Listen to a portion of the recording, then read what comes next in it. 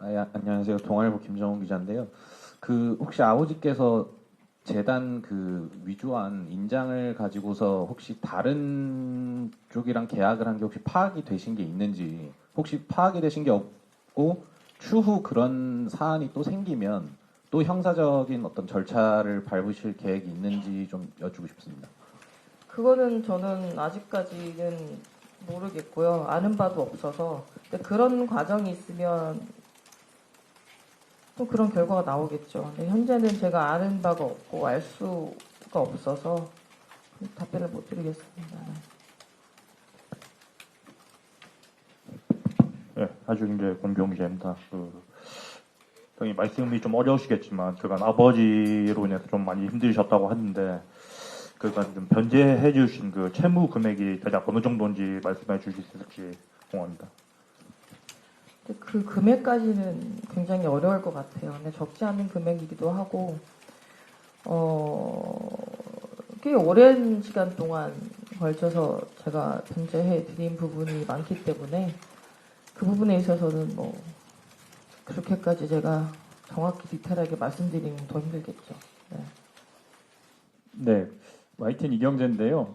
오늘 뭐 본인 말씀하신 것처럼 그러니까 어려운 자리를 마련한 이유가 설명해 주신 것처럼 본인이 앞으로 가야 할 길, 가야 할 꿈을 더 확실히 이루고자 했던 거라고 말씀해 주셨는데, 뭐 전체적인 취지야 저희가 알고 있지만 이제 구체적으로 뭐 제가 알기로는 뭐 아버지가 하려고 했던 그런 일들, 그러니까 뭐 아카데미나 이런 것들을 만드는 어떤 계획도 제가 있는 것으로 뭐 알고 있는데 앞으로 그런 구체적인 계획에 대해서 좀 설명해 주십시오. 지금은 뭐 우선 말씀드린 것 희망재단으로서는 저희가 대회 그리고 희망주로 이제 후원을 하고 후원금을 지불하면서 기부를 하고 있는 목적을 갖고 있고요. 그래서 회사로 인해서는 개인적으로는 지금 용인시하고 R&D 센터를 설립을 하면서 그 안에서 이제는 아카데미와 또 꿈을 그릴 수 있는 또 교육 프로그램을 넣으면서 또 선수들을 키울 예정입니다. 그래서 지금 거의 다 완공이 돼가고 있는 부분이고요.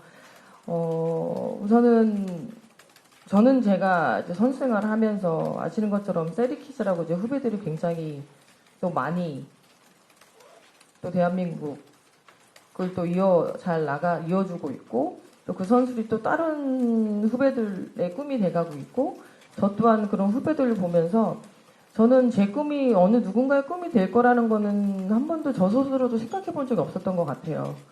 선수 생활을 하고 후배를 보니까 내 꿈이 누군가의 꿈이 돼버리는 순간 제 꿈이 생긴 것 같아요. 또 다른 꿈이. 그 꿈이 무엇이냐.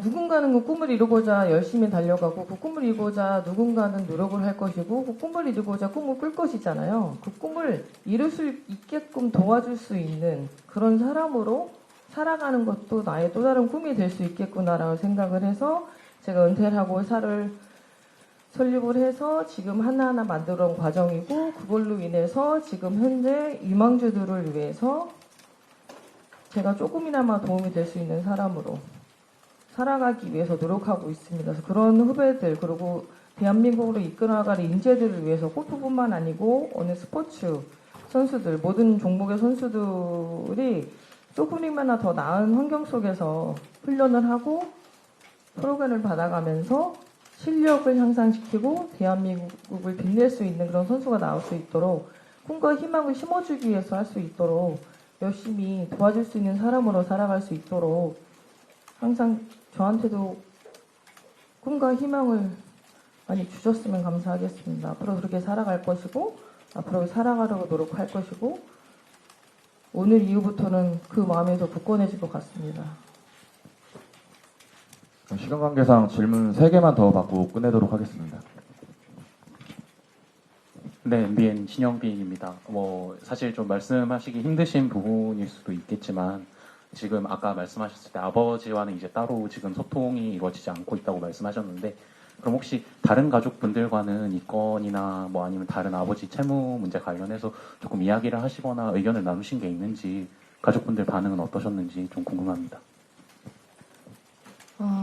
지금 솔직히 부모님하고는 거의 소통을 안 하고 있죠. 안 하고 있지만 저희 자매들하고는 소통을 하고 있고, 아시는 것처럼 가족사가 이렇게 쉬운 거는 아니잖아요. 현재 되게 좋지 않은 상황이기 때문에 서로 되게 힘든 입장이고, 뭐 저도 심적으로 너무 힘들죠. 이런 상황이 저도 처음이고,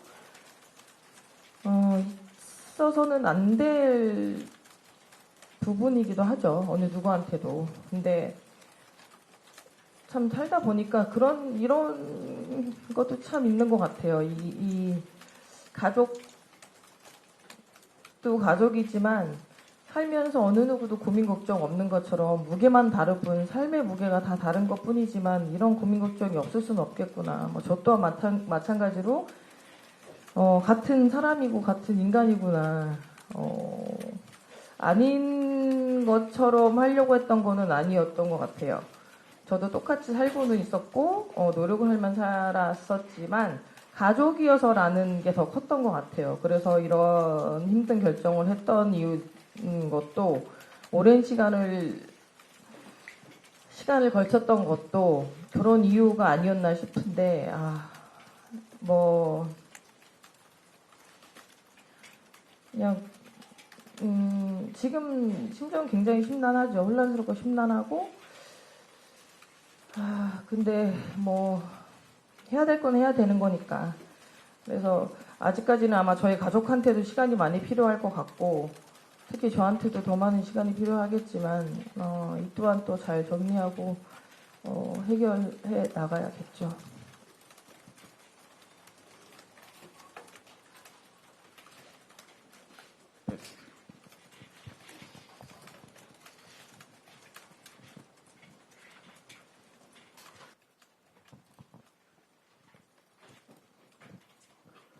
네, 시사저널 공성경 기자입니다. 질문 또 드리게 돼서 일단 양해 말씀 부탁드립니다.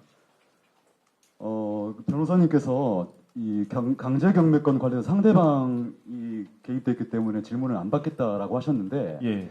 이 경매 내역에서 이제 요거는 우리 박 이사장님과 부친과의 관계에 대한 질문이 될 것 같아서 좀 드려보도록 하겠습니다. 예. 예. 2017년 7월에 우리 이사장님께서 부친으로부터 10억 원의 부친의 지분을 이제 이전 받으셨습니다. 근데 이후 2019년에 한 개인 채권자가 이게 사회행위다라고 해서 소유권 이전 금지 가처분 신청을 내셨는데 이게 좀 외람된 질문일 수도 있겠습니다만 이 부분 관련해서 우리 박 이사장님의 행위를 통정 허위 매매로 보는 시각도 있습니다. 물론 이제 이사장님께서 부친의 채무를 덜어드리기 위해서 했을 수도 있겠습니다만 민법상 문제가 될 수도 있는 부분인데 여기에 대해서 어떤 입장인지 여쭙고 싶습니다.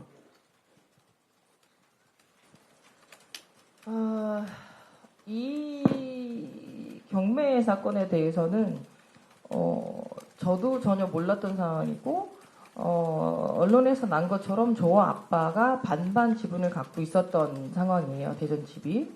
저는 그때 당시 미국에서 줄곧 선생활을 해왔었고 아까 말씀드린 것처럼 2016년도에 제가 은퇴를 하면서 한국에 나오기 시작을 했죠. 근데 그 해 겨울에 제가 미국에 잠깐 일이 있어서 겨울에 잠깐 미국에 들어가 있는 사이에 급하게 연락을 한국에서 받았어요. 받았는데 봤던 결과 내용이 뭐냐면 집에 갑작스럽게 경매가 들어온다는 거죠. 저도 이런 걸 처음 들어봐서 어떤 상황이냐 그랬더니 이제 아빠 채무 관련해서 아빠 앞으로 경매가 들어오는데 아빠 지분에 이제 채무가 걸린 거겠죠. 그래서 급하게 10억이라는 돈에 이제 경매가 들어온 거죠. 근데 그거에 대해서 저희 이제 급하게 현금이나 없으시니까 급한 대로 제가 그러면 아빠의 채무를 갚는 드리는 대신에 제가 아빠의 지분을 채무를 변제해 드리고 제가 그 지분을 제가 사게 된 거죠. 그래서 온전히 그 집의 대전집에 대한 그 명의는 제 명의로 된 거라서 사회행위가 될 수는 없는 거죠.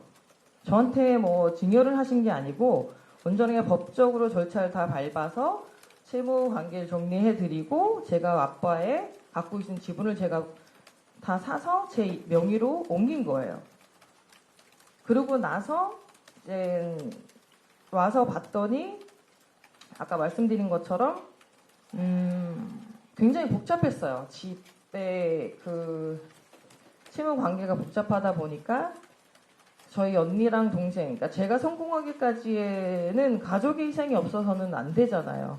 근데 저희 가족이 희생을 했었고 거기 언니와 동생도 있었고 그래서 언니의 동생 사이에서도 마찬가지 합당이 있어야 할 부분이 없었던 거죠. 그러니까 모든 게 굉장히 복잡했었어요.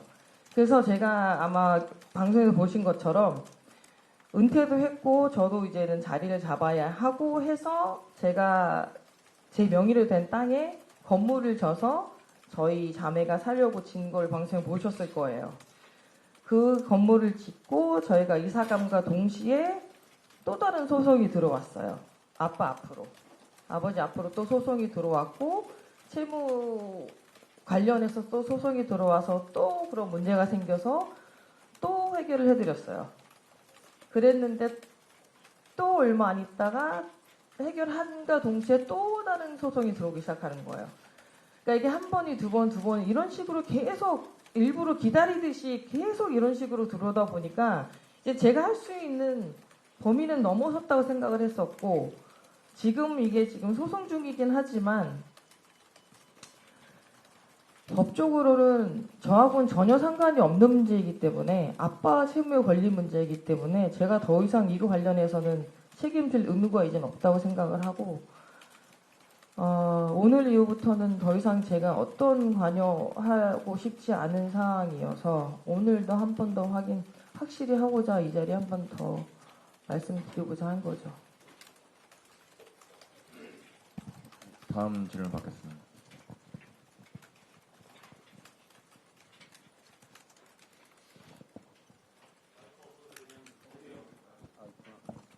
안녕하세요. 저 스포츠월의 장강훈입니다.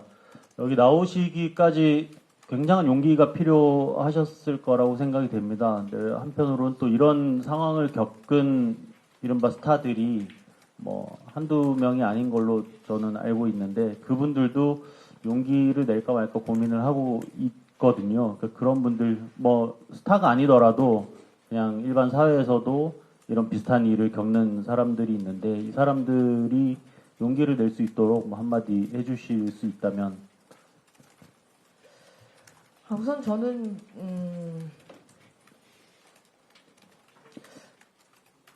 제가 할 수 있을 거라고 생각은 했었어요. 그러니까 좀 되게 바보가 수도 있는데 모든 면에서 해결을 다 할 수 있을 거라고 생각을 하고 지금까지 왔긴 했죠. 근데 이제 이게 그러면 그럴수록 더 일이 커졌던 것 같고 그 부분에서는 어떤 이유든 뭐 때문인지 모르겠지만 그러다 보니까 지금 이 상황까지 오게 됐는데 잘못된 거는 잘못된 것 같아요. 물론 가족이니까 내 가족이니까 보호하려고 하는 마음이 더 커서 그럴 수도 있지만 가족 말고는 솔직히 가족만처럼 중요한 건 없잖아요. 누구나 마찬가지일 거라고 저는 생각을 합니다. 하지만 잘못된 부분에서는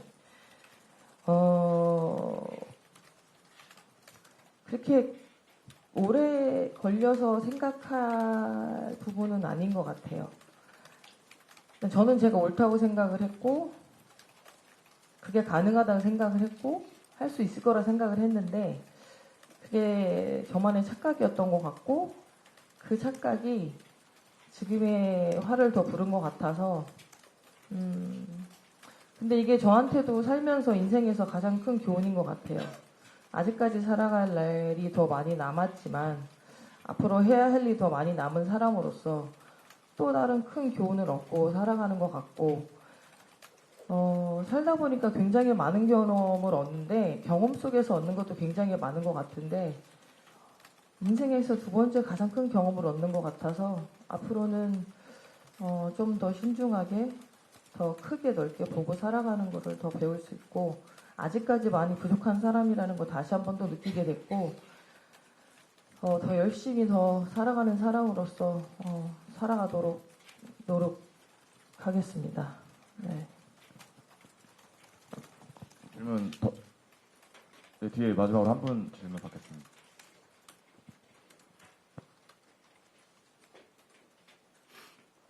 네, 문화일보 오해원 기자입니다. 이번 사건이 그 한 사람으로서의 박세리 그리고 이 재단의 이사장으로서의 박세리가 굉장히 내부적으로도 갈등을 일으킬 수밖에 없는 이유였을 거라고 생각합니다. 결과적으로는 사람 박세리가 아니라 이사장 박세리로서 이제 모든 결정이 이루어졌고 지금 이제 이르렀다고 생각하는데요. 저는 개인적으로 궁금했던 게 아까 이사장님께서도 재단의 이사회를 통해서 이번 결정이 이루어졌고 이제 앞으로 일들이 벌어질 거다라고 말씀해 주셨는데 그 이사회 과정에서 뭐 만장일치일 수도 있고 아닐 수도 있잖아요. 그 과정이 어땠는지 뭐 몇 분의 이사들이 참여하셨고 그 안에서의 뭐 갈등 상황이라든지 문제를 지금의 결과를 도출하기까지 어떤 과정이 있었는지 그 부분들을 좀 설명을 해주셨으면 좋겠습니다. 이사회에서는 굉장히 큰 갈등은 없었었죠. 왜냐면 저희가 신중을 해야 할 수밖에 없는 상황이었고 또 제가 이사장으로서의 더 신중을 기울일 수밖에 없었던 상황이었었고 첫 번째 저희가 알지 못하는 상황이었었던 데다가 또 이 부분에 있어서는 제가 이사장이지만 저희 또 아버지였기 때문에 어느 누구도 이사장님들, 그러니까 이사회에 계신 고문님들도 우선 선뜻 먼저 말씀은 하시지는 않았었어요. 제가 먼저 시작을 했고, 제가 먼저 말씀을 드렸고, 이 사항에 대해서 심각성을 말씀을 드렸고, 제가 먼저 한 표를 먼저 내놓았고, 전 그게 맞다고 생각을 했고, 우선 제가 의결에 동의를 함과 동시에 어느 한 분도 말씀을 하시진 않았던 것 같아요. 같이 그 의사에 동의를 해주시고 만장일치가 됐고 그래서 저희가 고소장을 내게 됐고 그리고 오늘의 이 자리에 나와서 말씀을 드리게 됐고 또 재단의 이사장으로서 해야 될 일을 한 게 맞는 것 같고 앞으로 제가 하는 일에 있어서 꼭 짚고 넘어가야 할 부분인 것 같고 아까 제가 말씀드린 것처럼 이제 미래를 봤을 때는 대한민국을 이끌어갈 미래 인재들을 저희가 많이 찾아내야 되는 입장이잖아요.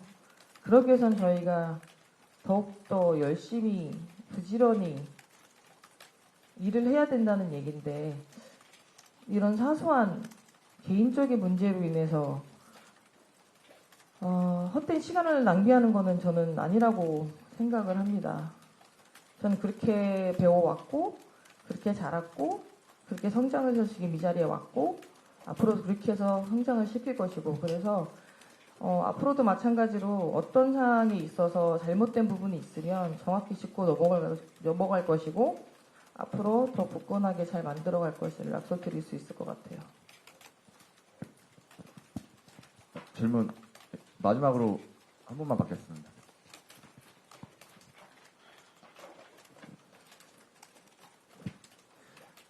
네, MBC의 고영창 기자라고 합니다. 그 아까 변호사님께서 설명해 주신 게 재단 쪽에서 이제 인지하게 된 시점이 정확하게 언제인지 좀 정확히 해주시면 좋을 것 같고요. 그 재단이 인지한 시점이 박세리 감독님이 인지하신 시점과 동일하다고 보면 되는 건지가 궁금하고요. 그리고 두 번째로 이게 좀 개인사라서 감독님께서 답변이 가능하시면 답변해 주시면 좋을 것 같은데 이게 아버님께서 뭐 때문에 이렇게 많은 채무를 지셨고 또한 이 그 새만금 사업청의 이 사업에도 어떤 이유로 뛰어드시게 이렇게 무리해서 뛰어드시게 되셨는지 이것도 좀 궁금하거든요. 답변해 주시면 감사하겠습니다.